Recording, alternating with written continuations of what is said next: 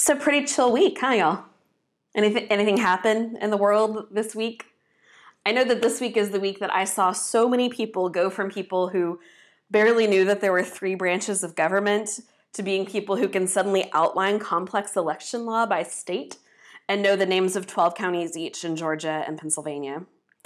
It's been a lot, and we're not done yet. So maybe it's a good week to talk about the apocalypse. That's what Matthew's gospel thinks. So this text from Matthew's gospel is a part of two chapters in that book called The Little Apocalypse of Matthew. Matthew writing about the apocalypse. And I know that's a scary word, but in a theological sense, it may not mean exactly what you think it means. In pop culture, it has come to really just mean the end times, but it comes from a Greek word that simply means to uncover. That what was once hidden is now revealed.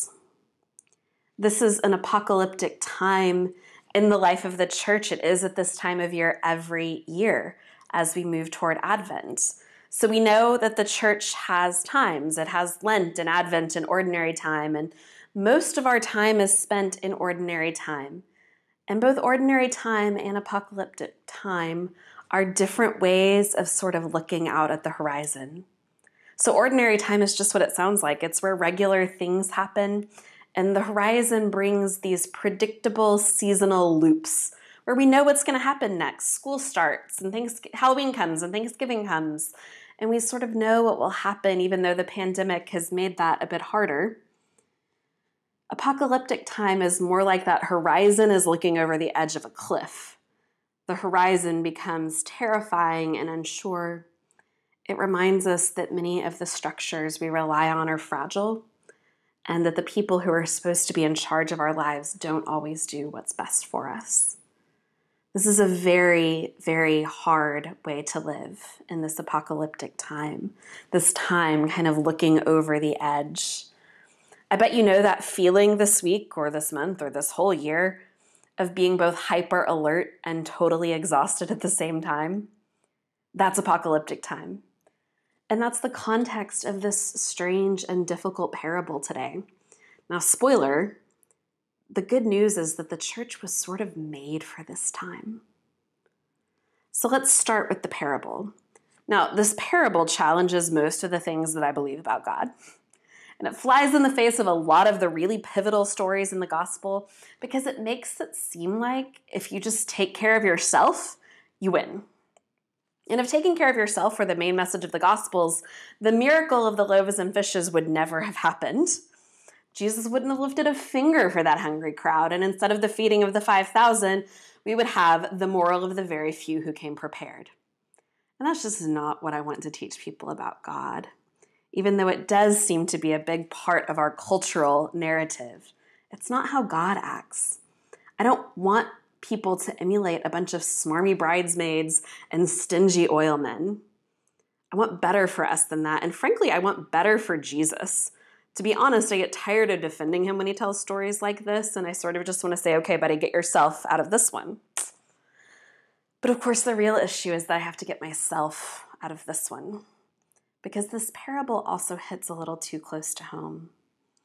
The truth is, and I've learned this more than ever this year in 2020, is that I do like to be prepared and have what I need to take care of myself.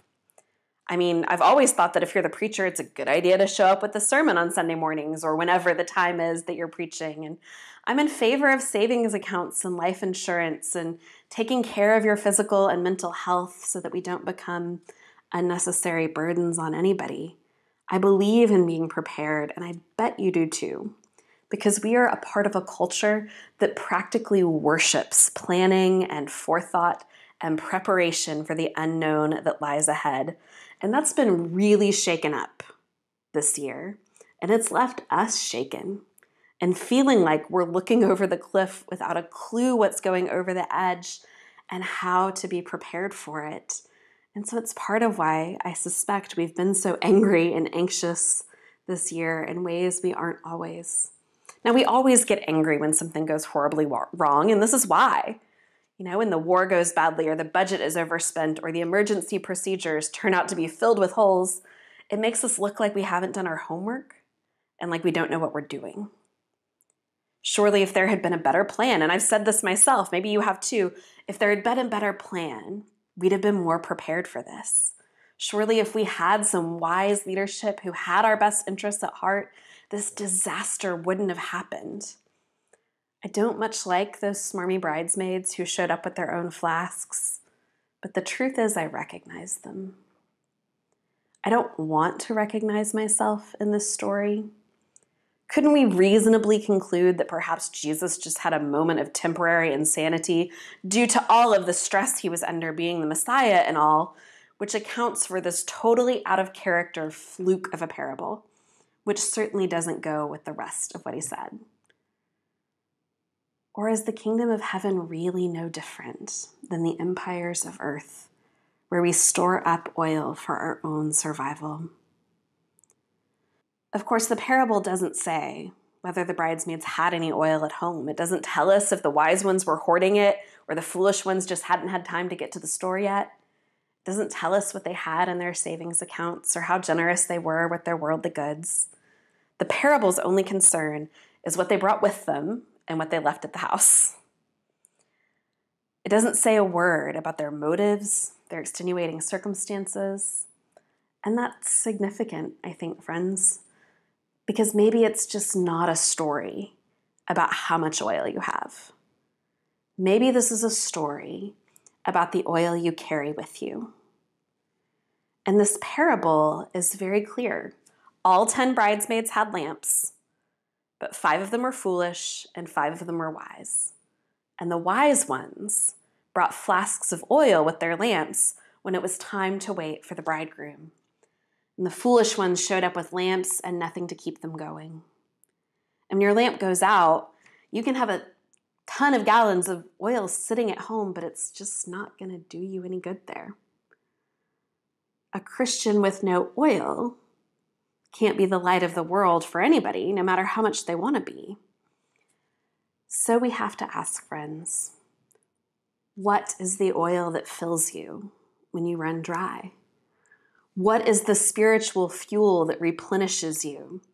Where do you look when it feels like something is missing? Or when, like now, the world is just a little too much and we feel like we might be looking over a cliff?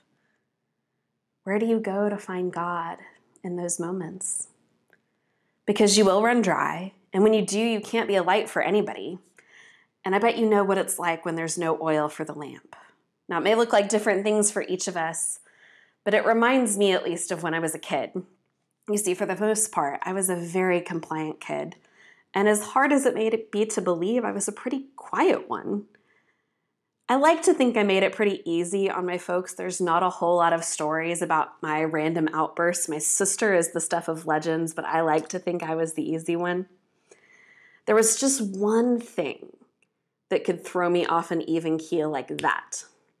If my stomach was empty for too long, I would become what my friends and family affectionately called hangry, which has become a pretty important word, the combo I'm sure you know of hungry and angry that we get when we're on empty. And I get grouchy and fussy and nothing would make it better except the one thing I needed, which was a snack. Now, distractions would work for a time, but never for long. And in fact, one of my more legendary stories in my little family about me is the Sunday morning when I was about 3 and I was hangry during church. And it was a communion Sunday, and you all know that means church is long. And my mom had pulled every trick in the book to keep me from melting down and thought surely communion would help, right? Because that's food. Maybe it's a little food, but it's food.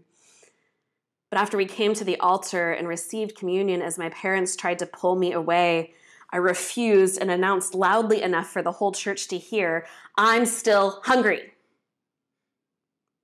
Now, I'm sure my parents were mortified and my well-behaved older brother almost certainly, but I think I was onto something. I always thought hangry was a physiological issue, but I think it's a spiritual one too. We get this way in our life with God and in our life with each other. When the oil in the lamp is running out, and friends, it is for all of us right now. We get cranky with the people we're supposed to love the most. We snap, we speak out of anger and hurt. We melt down over things that are just not really such a big deal. We start to think that God doesn't even care, and so we throw fits to try to get God's attention. And we can try to distract ourselves for a while, and goodness knows me and Netflix have tried to distract me for a while. But in the end, friends, we're hungry for God, and nothing else is going to fill that space. So we all run out. Time will run out. The hour gets late, as the story goes, and everyone gets sleepy. And so we all doze, we put it off, saying, one of these days, I'm going to quit working so hard and put in quality time with my family. One of these days, I'm going to take up painting again. I've always wanted to. One of these days, I'm going to stop writing checks and really get involved down at the food pantry or in the garden. But we all doze. We put it off. We hit snooze on it. And then the shout goes up, he's coming, and it's time. And one of those days is today in the life of the church. It's today. And so do we have our flask of oil ready? I think that's one of the hardest things about this parable, is that the time will come, and frankly already has, when you have to draw on just the oil you have right there on your person, in your lamp for today. And it isn't going to come from your 401k, and it isn't going to come from your good intentions or your long-range plans.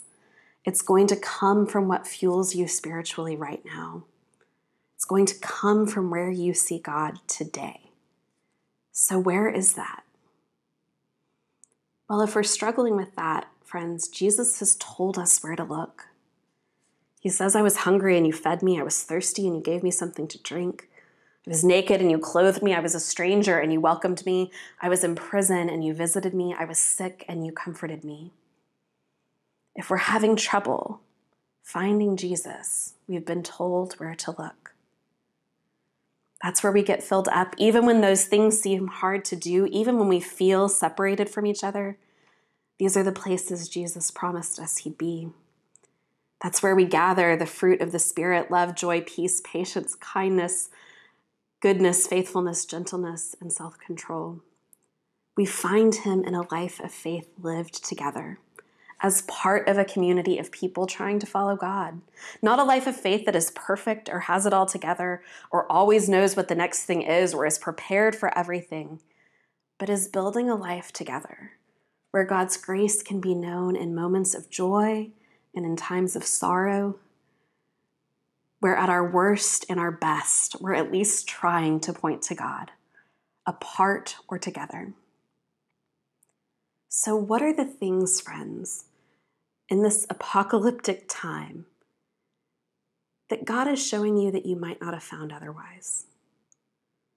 Is there some action you're being called to, and what will be the thing that fuels you to do it?